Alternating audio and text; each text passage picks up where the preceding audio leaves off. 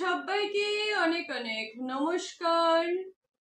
ভালোবাসা এবং আশীর্বাদের সাথে শুরু করছি শিব সম্বন্ধীয় আমাদের পরের এপিসোড, অ্যাকচুয়ালি পরের ক্লাস। যারা আপনারা প্রথম আসছেন তারা দয়া করে পুরো প্লেলিস্টটা দেখুন। প্লেলিস্ট না দেখলে মাঝখান থেকে কিছু বুঝতে পারবেন না, প্রথমত। দ্বিতীয়ত, ধারণা হওয়ার জন্য যে কোনো বিষয়তে ধারণাটা যখন সত্যিকারের গড়ে উঠতে হয় তখন সেটা শুরু থেকে শুরু করতে হয়, না হলে পারে আপনারা বুঝতে পারবেন না যে হ্যাঁ আমার বক্তব্যটা কি এবং কিভাবে শুরু থেকে ঘটনাটা শুরু হচ্ছে। প্লাস আমরা আস্তে আস্তে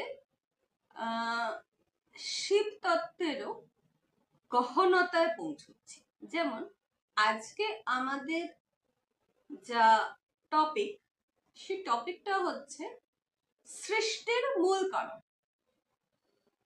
এই সৃষ্টির মূল কারণ যখন আমি ব্যাখ্যা করতে চলেছি তখন এর মধ্যে কিন্তু শিব তত্ত্বকে অনেকটা গভীরভাবে আপনাদের সামনে তুলে ধরতে হবে এবং এই গভীরতাটা বোঝবার জন্য আপনাদের শুরুর থেকে শুরু করতে হবে।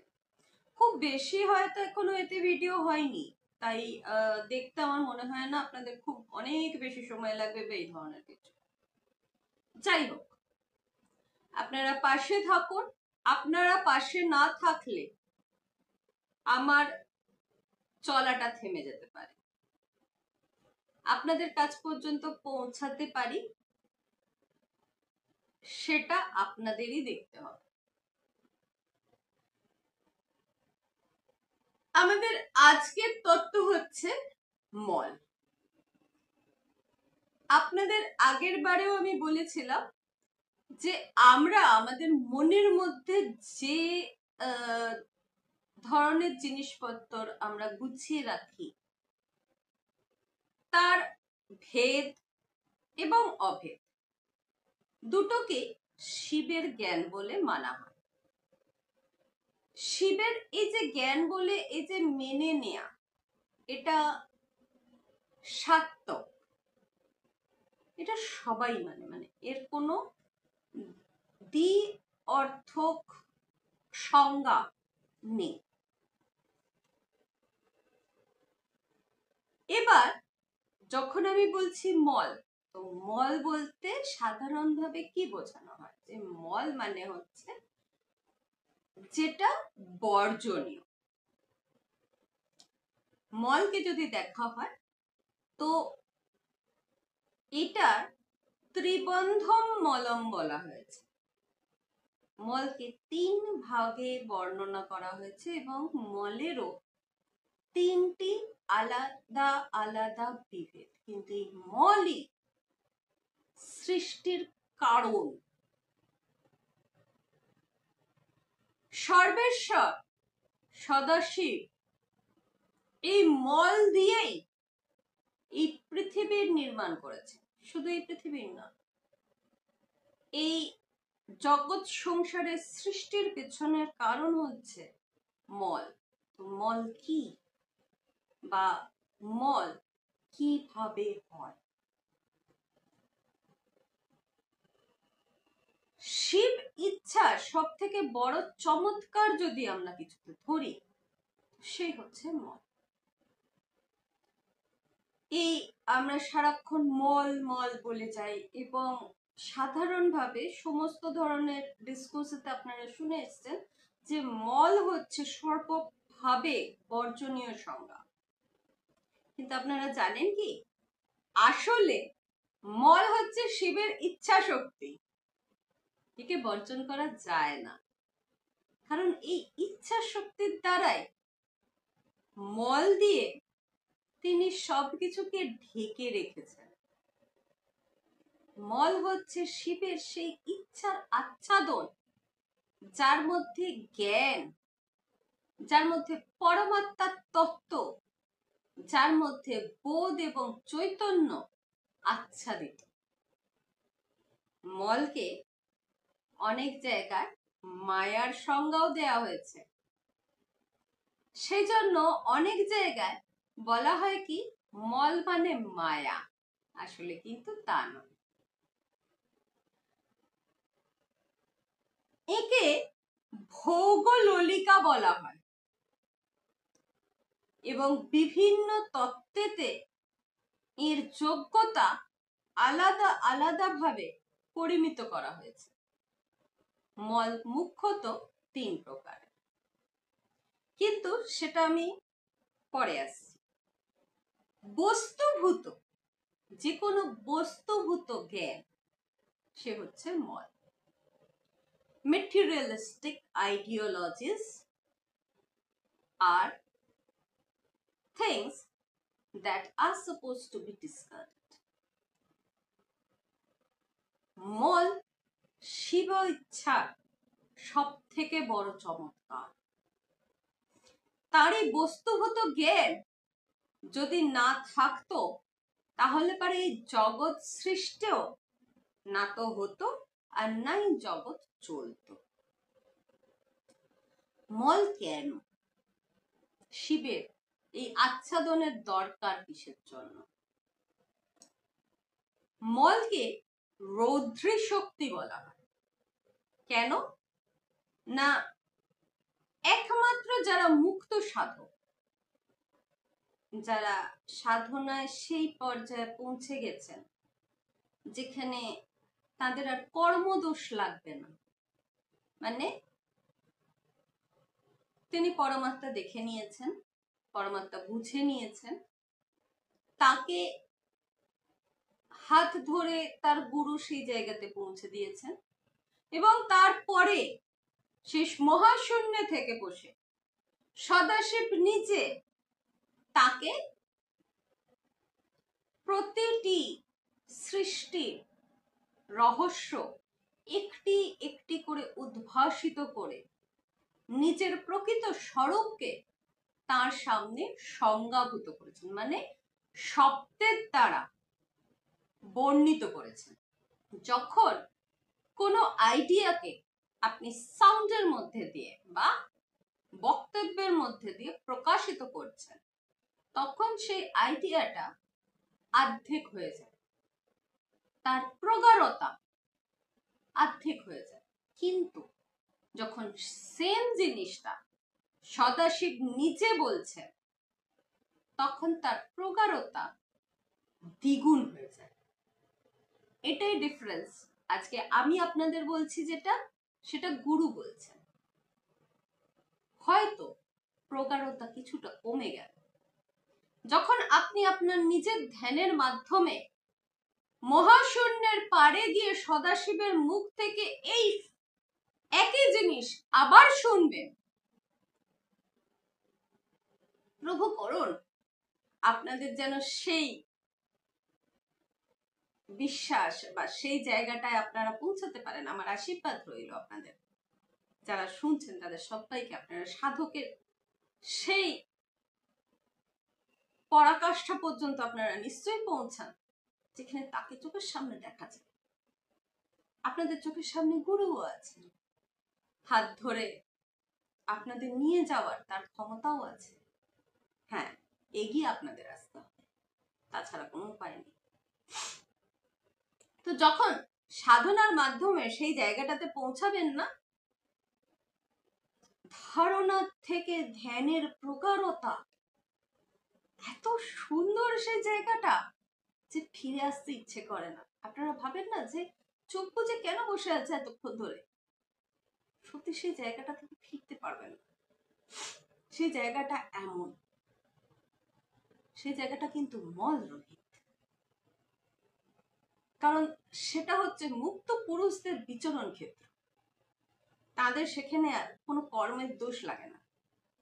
তারা সেখানে গিয়ে এতটাই সচ্চিদানন্দের মধ্যে ঘুরে বেড়ান যে তাদেরকে ফিরে আসা মানে বড় কষ্টের জিনিস। মানে ধ্যান সাধনার সেই জায়গাটা থেকে যখন ফিরে এসে আবার নিত্য নৈমন্দির কাজের মধ্যে পড়তে হয়, যেন মনে হয় বেশ তো স্বর্গেতে ছিলাম, আবার যেন নরকের মধ্যে নেমে আসতে হল।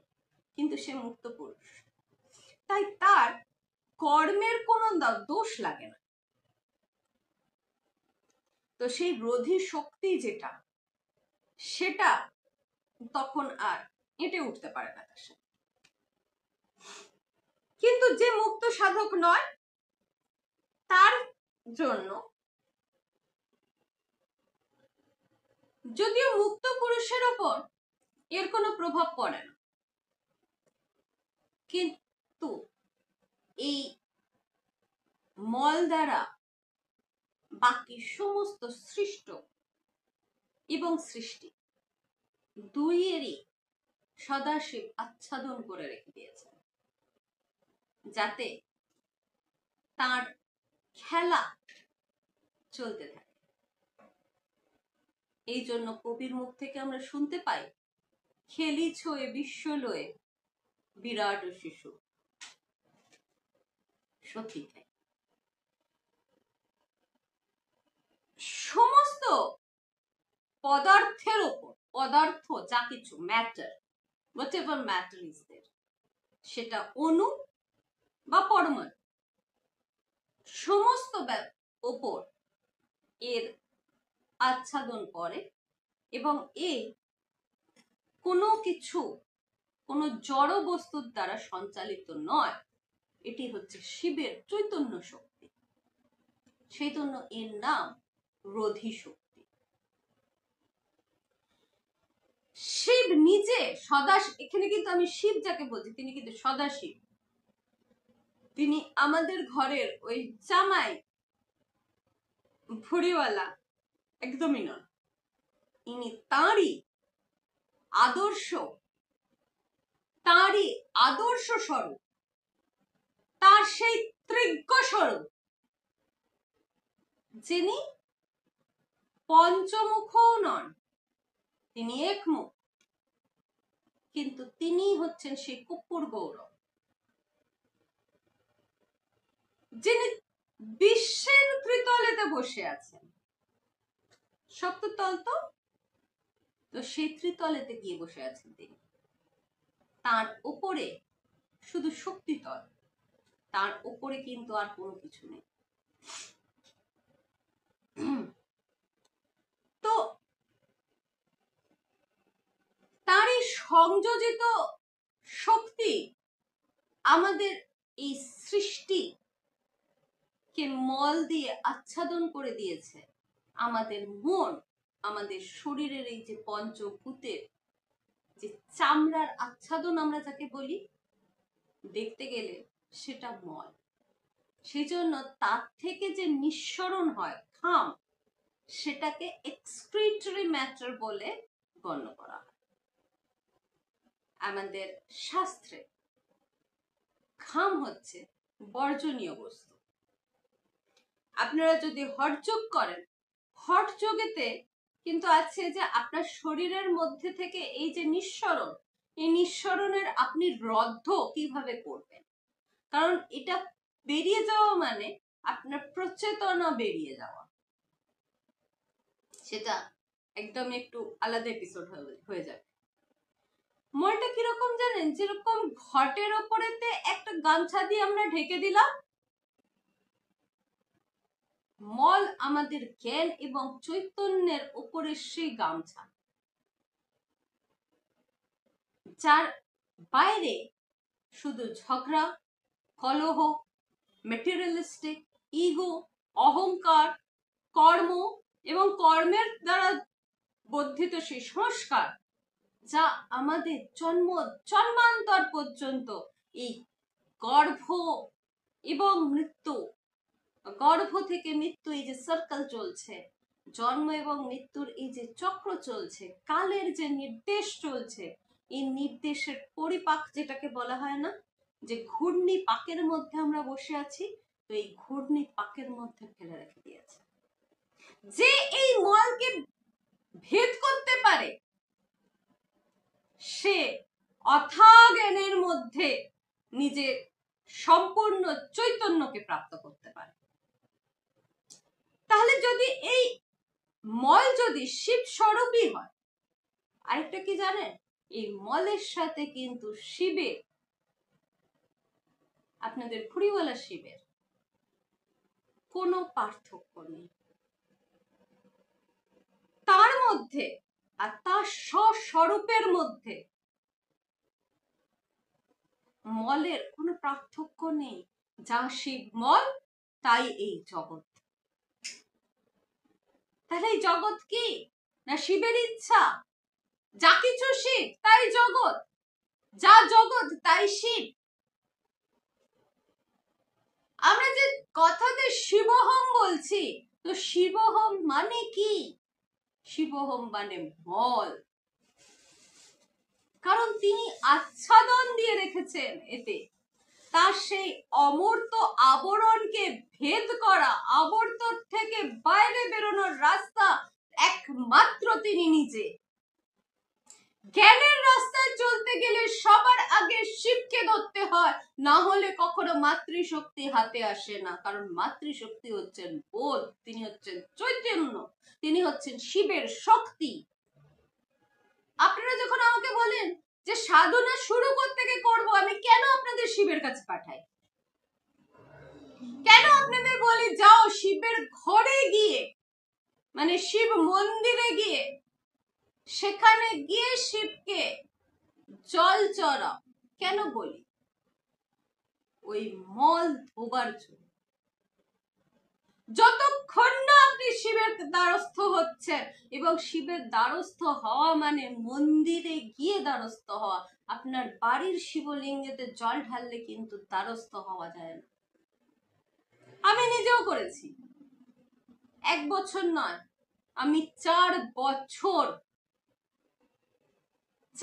বছর আমি শুদ্ধ টিকে থেকেছি ওই শিব মন্দিরের জন্য। আমার কাজই ছিল ওই শিব মন্দিরটা পরিষ্কার করে, সকাল সন্ধে মন্দির পুরো পরিষ্কার ঝকঝকে তকতক করে রাখা। আর শুধু প্রার্থনা, যেভাবে আমি তোমায় পরিষ্কার করছি সেইভাবে আমার সমস্ত মল তুমি ধুয়ে দাও।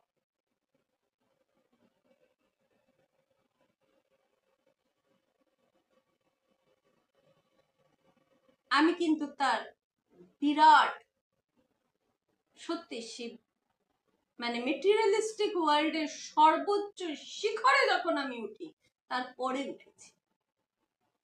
আপনারা যারা ভাবেন শিব পুজো করে কি হবে, বা শিবের মাথায় জল ঢাললে কি হবে, বাড়িতে তো ঢালছি, কেন মন্দিরে যাব? ওই একটা একটা পা ফেলে শিবের মন্দিরে যাওয়া আপনাদের কত জন্মের সংস্কার যে ভেঙে দেয়, সেটা আপনারা জানতে পারেন না। কিন্তু ওই একটা একটা পা ফেলে যে শিবের মন্দিরে যান, ওইতে আপনাদের সংস্কারগত জন্মান্তরের কর্ম সবকিছু শেষ হয়ে যায়। সেই জিনিসগুলোই আমরা এখন আপনার সামনে তুলে ধরব। মলকে আমরা বলছি 3 ধরনের: কার্মমল, আনবমল এবং মাইয় মল। এর মানে কি? বলা হচ্ছে, তন্ত্র লোকাকারতে বলা হচ্ছে যে সংসার হচ্ছে মাইয় মল, মানে হাতে করে যেটা তোলা যায়। মাটি আপনারা হাতে করে তোলেন তো মাইয় মল। এর অঙ্কুর হচ্ছে কার্মমল, বা অঙ্কুরের কারণ হচ্ছে কার্মমল। আর এই কার্মমল বা কার্মিক মলের কারণ হচ্ছে আনব মল। এই 3 মলই কিন্তু একজন আরেকজনকার সাথে ভীষণভাবে ওতপ্রোতভাবে যুক্ত। সর্বপ্রথম আমরা কার্মমলকে জানব। যখন দেহাদি মানে দেহ এবং আদি, দেহ, মন, আত্মা আমাদের নিজেদের কর্মক্ষেত্র মানে আমরা যখন থেকে শ্বাস নিচ্ছি তখন থেকে নিয়ে যখন আমরা অন্তিম শ্বাস নিচ্ছি এই শরীর, ততক্ষণ পর্যন্ত হচ্ছে কর্মীয় মন। আপনি যা করছেন সেটা শরীর দিয়ে করুন, মন দিয়ে করুন বা আত্মা দিয়ে করুন, আপনাদের প্রতিটি শ্বাস প্রশ্বাস আপনাদের কর্মের দ্বারা বন্ধন। এবং প্রাত্যক্ষ যোগ বলছে যে এই যে কর্মীয় মল, এটা আমাদের জীবনের সমস্ত জ্ঞাত এবং অজ্ঞাত সমস্ত কর্মের একটা স্ক্রিপচার মাত্র। এজন্য আমি বলি যে সব সময় হত্যা করার ফল এই হয় না যে আপনি সত্যিকারের তাকে গিয়ে স্ট্যাপ করে আসলেন বা সত্যিকারের তাকে মারলেন, কিন্তু আপনি এই যে মনের মধ্যে চিন্তা মাত্র করলেন যে আমি ওকে যদি এরকম ভাবে মেরে দিতে পারতাম তাহলে আমি শান্তি পেতাম, আপনার কর্মটা কিন্তু এই হলো যে আপনি হত্যাটা সংঘটিত করলেন। তার কারণ আপনার মন, আপনার চৈতন্য চাইলো সামনের লোকটাকে মৃত অবস্থায় দেখতে। অনেক সময় আপনার সাথে কারোর সাথে শত্রুতার ফলে বা কারোর সাথে কোনো ক্লেশ হওয়ার ফলে আপনি তাকে ভীষণভাবে অভিশংসিত করলেন, তুই মরে যা, তুই এই হয়ে যা, তুই ওই হয়ে যা, তুই তাই হয়ে যা। যে মুখের বাক্যটা আপনি বলছেন না, ওটা কিন্তু আপনি করছেন। আমরা কিন্তু কর্মের এই বন্ধনটাকে চট করে ধরি না। যখন আমরা ভাবি যে আমাদের সাথে এটা কেন হলো, আমরা কিন্তু তখন ভাবি আমি তো কিছু করিনি। তোমার হাত পা কিছু করেনি, তোমার মনটা তো করেছিল, তোমার চৈতন্যটা তো করেছিল। তুমি দিনের মধ্যে কতবার একটা মানুষকে ঘৃণা করছো, কতবার চাইছো যে এই ঘৃণিত প্রাণী কালকেই মরে যাক। যতবার চাইছো তুমি ততবার তাকে হত্যা করার অপরাধ করছো। এইটাই হচ্ছে ভগবতের কর্ম। ভগবান ওটাকেই আপনার কর্ম বলছেন। শুধুমাত্র আপনার এই কর্মেন্দ্রিয় যা করছে, মানে দুই হাত যা করছে, সেটাই আপনার কর্ম না। আপনার এই দুই চোখ যা দেখছে, শুধুমাত্র সেটাই আপনার দেখা নয়। ওই যে পিসিপিএম গুলো করেন, জানিস তো ওনা ওই করেছিল, ওইটাও মল। এবং ওর থেকে বড় কর্মমল আর হয় না। আর এর থেকে বড় বন্ধন সংসারে আর কিছু হয় না। আপনি যত এই ধরনের মল নিজের জীবনে সংগঠিত করবেন, ঠিক ততগুলোই ওই কর্মী পাপ মানে জীবন এবং মৃত্যু চক্রের মধ্যে আপনি আবদ্ধিত থাকবেন। আনবমল, আপনার আত্মা যা মায়ার বশীভূত হয়, পঞ্চকচুক যুক্ত হয়ে পশুবত হয়ে থাকে, সেই সংসারে আত্মাকে পশু বলা হয়। সেই পশু আনব মলের ফল। সেখানে শিব স্বরূপ বা স্বরূপে শিব যিনি আছেন, তিনি এমন ভাবে নিজের স্বাতন্ত্রতাকে হানি করে নিয়ে ছোট্ট হয়ে আপনার মনের একদম কোণাতে বসে আছেন, যেখানে আপনি জীবনের সবকিছু করে নিচ্ছেন, শুধু তাকে খোঁজবার চেষ্টাটুকুও করছেন না। আপনি বলবেন আমি তো পুজোও করছি, অর্চনাও করছি, ধূপও দিচ্ছি, সবকিছু করছি, আমি কি তাহলে কিছু করছি না? না, আপনি কিছু করছেন না। আপনি আপনার মনকে বলতে কোথায় দিচ্ছেন? আপনার চৈতন্যকে জাগরিত হতে কোথায় দিচ্ছেন? সেগুলোই তো আপনি করছেন না। তাহলে পারে আপনার মলটা যাবে কোত্থেকে? সে তো বাইরে না, সে তো ভেতরে, সে তো আচ্ছাদিত হয়ে বসে আছে, চুপটি হয়ে ঘাপটি মেরে বসে আছে আপনার মধ্যে। আপনার মনের একটা কোণাতে ঢুকে বসে আছে। সেই আচ্ছাদন তো আপনাকে সরাতে হবে। সেই আচ্ছাদন, সেই মলের যে প্রবল প্রভাব, সে জীবন মরণের চক্রেতে আপনাকে বেঁধে রেখে দিয়েছে। তার মূল স্বরূপকে সে কখনো তার আপনার চৈতন্যর মধ্যেও সে আসতে দিচ্ছে না। সেই হচ্ছে আনবমল। স্বরূপকে যে ভেদ করতে পারছেন, আপনার যে ভেদ জ্ঞান, আমি ভেজিটেরিয়ান আর ও নন ভেজিটেরিয়ান, কত লোক মারছে, কুমড়ি পাকে যাবে, তাই এতটা অনবমল উঠবে কি করে বাবা? কে বলেছে তোমাকে যে শাকের মধ্যে, আলুর মধ্যে কোনো প্রাণ নেই? খেও না তাহলে। নিঃশ্বাসও নিও না, নিঃশ্বাসের মধ্যে অনেক জীবাণুর প্রাণ আছে। অহিংসাবাদী হবে?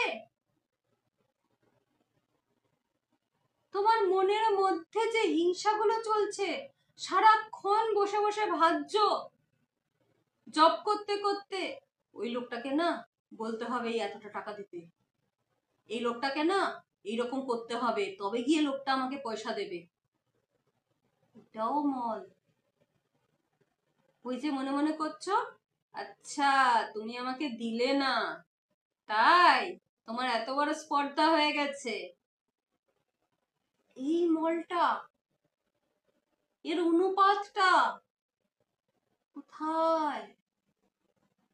সারাদিন গীতা পড়ছো, কিন্তু গীতাতে যা লেখা আছে সেটা নিজের জীবনের আচরণের মধ্যে কোথায় নিয়ে আসছো? ধর্মের পালনা করছো কিন্তু আধ্যাত্মিকতায়, আধ্যাত্মের আশপাশ দিয়েও তো যাচ্ছ না। ধর্ম আছে, আধ্যাত্ম কোথায়? ধর্মকে বুঝছো, ধর্ম বলেছে, আরে ধর্ম যা বলেছে সেটাও তো পুরোটা করছো না। ধর্ম কি শুধু এইটুকুই বলেছে যে যাও ওকে গিয়ে মেরে আসো? কোথায় লেখা আছে? বা ধর্ম কি এটা বলেছে যে ও তোমাকে মারতে আসলে একটা গালে যখন মারবে আর একটা গালে গিয়ে দাও? ধর্মের জন্য যুদ্ধ করতে লাগে, নিজের জন্য যুদ্ধ করতে লাগে, কিন্তু আধ্যাত্ম দিয়ে লড়তে লাগে। লড়াইটা তো আগে, সবার আগে নিজের সাথে। আপনার পড়শির সাথে লড়াই করবার আগে একবার ভেবে দেখুন তো লড়াইটা হচ্ছে কেন। বেসিক কজটা খুঁজে বার করবার চেষ্টা করুন। লড়াই করুন, নিশ্চয়ই লড়াই করুন। সামাজিক ভাবে যদি লড়তে দরকার লাগে নিশ্চয়ই লড়ুন। আমি কখনো কারোকে লড়াইয়ের থেকে বঞ্চিত হতে দিই না। প্রত্যেকটা লড়াই আপনার নিজের, কিন্তু সেই লড়াইগুলোর মধ্যে সব থেকে বড় লড়াইটা আপনার নিজের সাথে। আপনি যখন লোকের থেকে ভ্যালিডেশন খোঁজেন, আমার লোকে কি বলবে, এটা তো সব থেকে বড় হেরে যাওয়া। আপনি যখন এটা ভাবেন আমি যদি এটা করি তাহলে লোকে আমার উপর হাসবে, লোক এসে কি আপনাকে খাইয়ে দিয়ে যাবে? লোক এসে আপনার চোখের জলটা পোছাবে? আপনি যখন ঘরের কোনায় বসে কাঁদছেন, সেই লোকগুলো এসে কি আপনার চোখের জল পোছায়? একবার ভেবে দেখুন তো। তাহলে সব কথায় লোকে কি বলবে কেন? এই ভ্যালিডেশনটা খোঁজা কেন? প্রত্যেকটি সম্বন্ধ, প্রত্যেকটি সম্পর্ক আজকে লোকে কি বলবে শুধু এই কথাটুকুর উপর দাঁড়িয়ে আছে। একবার ভেবে দেখুন না আপনি নিজে নিজেকে কি বলবেন। যদি আপনি কোনো জিনিস ঘাড় নিচু করে মেনেই নিচ্ছেন, সেটা নিজের বাড়ির ভেতরেই হোক, সমাজেই হোক, সব থেকে বড় দোষী তো আপনি। সেটা লোকে কেন বলবে? সেটা তো আপনার নিজের বিবেক, নিজের চৈতন্য বলছে সারাক্ষণ। সেটা কেন শুনতে পাচ্ছেন না? এইটাই হচ্ছে মন, এইটাই হচ্ছে আপনার কর্ম, এটাই আপনাকে বেঁধে রাখে। কোটিতে গুটি এই মল ভেদ করে দিয়ে মুক্ত পুরুষ হয়ে মাথা তুলে দাঁড়ানোর মতন সাহস দেখাতে পারে। তারা নিজেদের জীবনের মধ্যে এত সংঘর্ষ করে, এতটা একা হয়ে যায়, কারণ তারা বুঝতে পারে যে একা হয়ে যাওয়াটাই রাস্তা। নিজেকে জানতে গেলে পরের চোখ দিয়ে, পরের কান দিয়ে বোঝা যায় না। সেখানে নিজের চোখ, কান, মুখ, বুক সবকিছু খুলে রাখতে হবে। যতক্ষণ না নিজেকে খুলছেন, যতক্ষণ না দুটো হাত বাড়িয়ে এই মুক্ত প্রকৃতির দিকে হাত বাড়িয়ে দিচ্ছেন, দু হাত বাড়িয়ে শিবের পা দুটো জড়িয়ে ধরে বলছেন, হে শিব, আমাকে তোমার দিকে টেনে নাও, ততক্ষণ পর্যন্ত কোনো রাস্তা খুলবে না, কোনো রাস্তা খোলে না। আপনারা কি ভাবেন আধ্যাত্মিক মানুষ মানে তারা বড় সুখে আছে, বড় শান্তিতে আছে? আপনারা যারা ঘরের ভেতরে বসে আছেন, তারা যতটা সারা দৈনন্দিন জীবনের মধ্যে যতটা ক্লেশ পাচ্ছেন, একজন আধ্যাত্মিক মানুষকে তার 3 ডবল বেশি সহ্য করতে হয়। আপনারা বলেন ও তো এত ঠাকুর পাল মানে, কিন্তু তাহলে পরে ওকে কেন এত কষ্ট ভোগ করতে হচ্ছে? ভগবান কি ওকে দেখছে না? আপনারা যেটা জানছেন না সেটা হচ্ছে ওর ওই কষ্টটা কত জন্মের কর্ম, কত জন্মের সংস্কার একই জন্মের মধ্যে শেষ করে দিচ্ছে, তার নিজের কাছে টেনে নিচ্ছে, সেটা আপনি জানতে পাচ্ছেন না। বাইরে থেকে সে কষ্ট পাচ্ছে, তার কষ্টেতে আপনার কষ্ট হচ্ছে। জানেন, রাম যখন মাটিতে শুতেন, রামের কিন্তু কোনো কষ্ট হতো না। কষ্ট কার হচ্ছিল? না, লক্ষ্মণ। সে সহ্য করতে পারছিল না রাজার ছেলে মাটিতে শুয়ে আছে। সে বেশি বেশি করে ঘাস লাগিয়ে দিত, যাতে আমার দাদার গায়েতে কুশো না লাগে। কষ্টকে ভোগ করলো রাম, কিন্তু নন, কষ্ট ভোগ করলেন লক্ষ্মণ। তার মনটা জ্বালা করে উঠলো, তার মন সারাক্ষণ ধরে মাতা কৈকেয়ীকে অভিসম্পাত করতে লাগলো। তিনি যা দৃষ্টি গোচর তার থেকে সরে গেলেন। সেই জন্য লক্ষ্মণকে শেষ জীবনে রামের থেকে দূরে চলে যেতে হয়েছিল।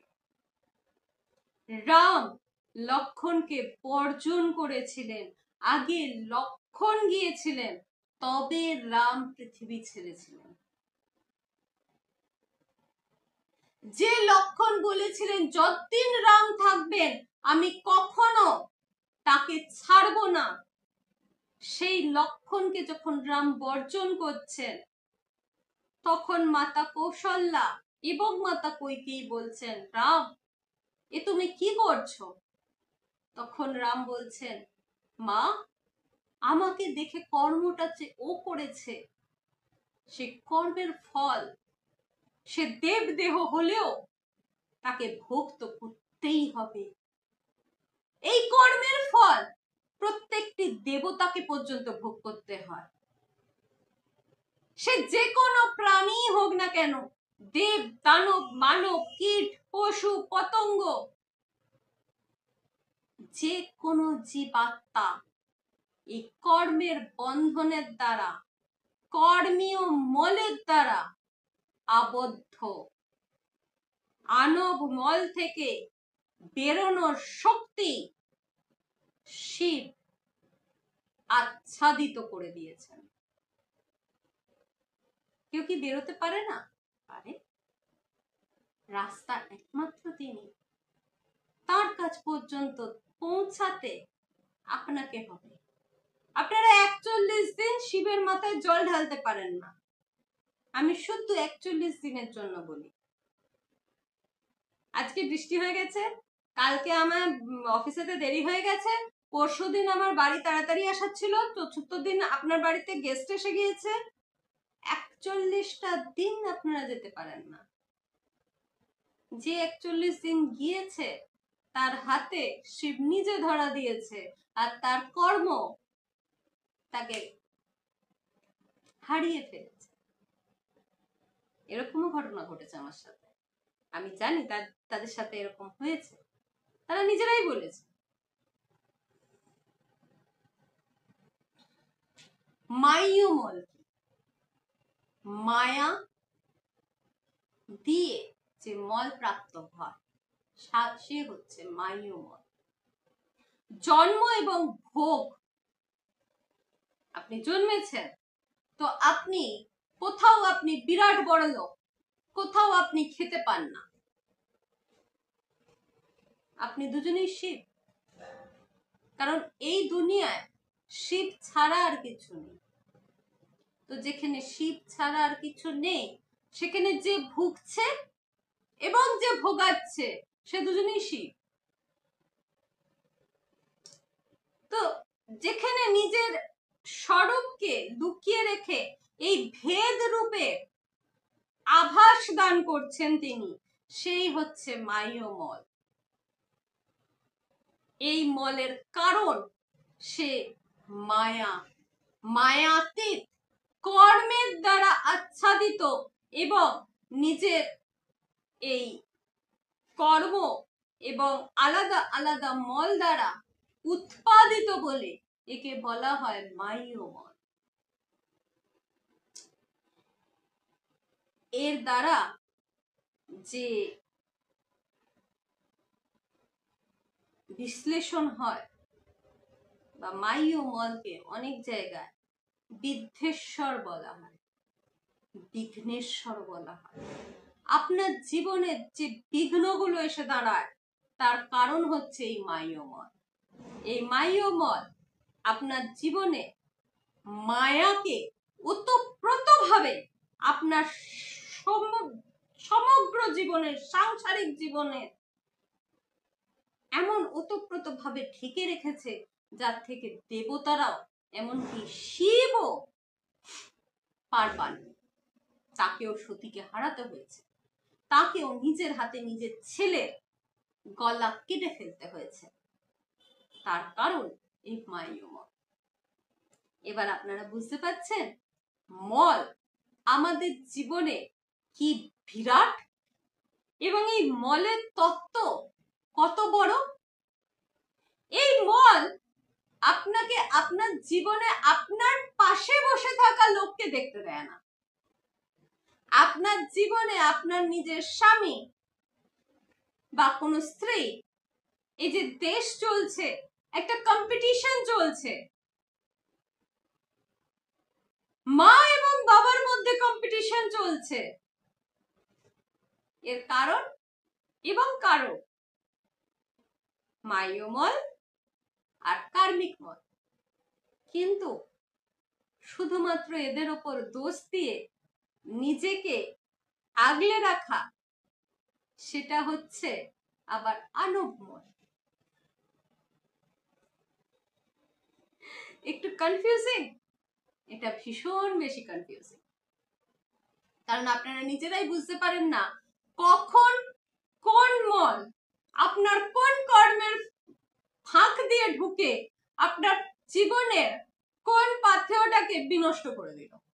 আপনি তো ভাবলেন ভাই আমি তো এত কষ্ট করেছি, আমি ঠিক এটা পাবো, কিন্তু ওই যে ঘরেতে বসে বসে আর এমনকি পেন্সিল ছুলতে ছুলতেও যে বলছেন না আমি এটা করে এসেছিলাম, কিন্তু যদি না ঠিক হয়েছে ওই প্রিন্সিপালকে আমি দেখে নেবো। ব্যাস, প্রিন্সিপালকে আপনাকে দেখতে হবে না, আরেক প্রিন্সিপাল আপনাকে দেখে নিল। আপনি হয়তো ভাবতেও পারলেন না কোথা থেকে কি হয়ে গেল, কিন্তু সব কিছু হয়ে গেল। সৃষ্টি আর কর্মের বিধান আপনাদের আইপিসি বা ভারতীয় এখন তো বিএসআই হয়েছে, ভারতীয় দণ্ড শাখা, এই ধরনের কিছু একটা নতুন নাম হয়েছে এখন, ভারতীয় ন্যায় সংহিতা, সরি বিএনএস হয়ে গেছে। তো ভারতীয় ন্যায় সংহিতার দ্বারা আচ্ছাদিত নয়, আর নাই সেটা আইপিএস মেনে চলে, আইপিসি মেনে চলে। তার নিয়ম আলাদা, তার নিয়ম আপনি আমি নির্ধারিত করিনি, সেটা করেছেন সদাশিব। তিনি জানেন যে মানুষ যদি চৈতন্য পেয়ে যায়, যদি বুঝে যায় আমি কে, কোথায়, কিভাবে আছি, যে রাক্ষসগুলো বুঝেছিল সবাই পরবর্তীকালে এমন উৎপাত মারতেছিল যে মহাগৌরীকে নিজে নিয়ে এসে দুর্গা রূপে তাদের শেষকৃত্য সমর্পণ করতে হয়েছে। অন্য কোনো দেবতার দ্বারা সেটা সংঘটিত হতে পারেনি, এমনকি ত্রিদেবও হাত তুলে নিয়ে সরে দাঁড়িয়েছে। সেখানে শক্তিকে এসে দাঁড়াতে হয়েছে,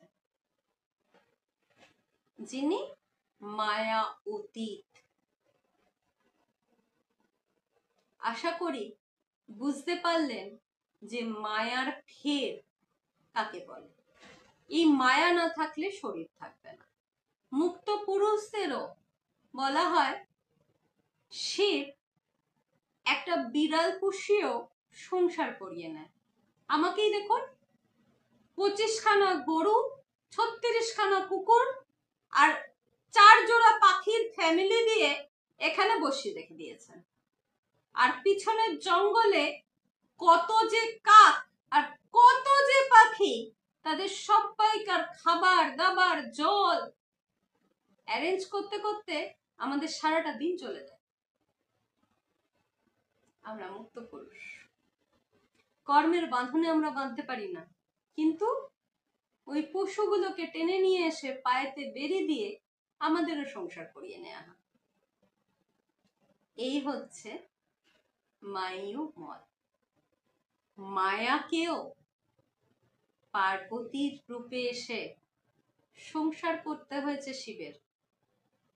শিবের সারাক্ষণের জ্বালাতন যে সে কত বড়, একটু একটু ধারণা সবাইকারই আছে। সম্পূর্ণ ধারণা একমাত্র মা দুর্গা জানেন যে কিভাবে জ্বলতে হয়। ওর থেকে সতী পার পেয়ে গিয়েছে একবারই জ্বলে, কারণ দুর্গাকে প্রত্যেক নিঃশ্বাসের সাথে জ্বলতে হয়। আফটার অল তাকেও তো এসে সংসার করতে হয়েছে শিবের। আমাদের মেয়ের কত কষ্ট ভেবে দেখুন তো। আপনাদের থেকে এর সাথেই আজকে বিদায় নিচ্ছি। পরের বার আপনাদের আরেক শিব উপাখ্যান শোনাবো। যদি ভালো লেগে থাকে একটা লাইক দেবেন, আর সুপার থ্যাঙ্কস এর জন্য আপনাদের জন্য অপেক্ষা করব। মেম্বারশিপ গ্রহণ করুন। আমরা বেশ কিছু জিনিস শুধু মেম্বারশিপদের শেখাতে চলেছি। নতুন মাস থেকে সোমবার দিন আপনারা নতুন মেম্বার্স অনলি ভিডিও পাবেন, যেখানে আমরা দৈনন্দিন পুজো কিভাবে করবেন সেটা শিক্ষাদান করব। গুরুকুলেতে আসুন, গুরুকুলের সাথে সংযুক্ত হন।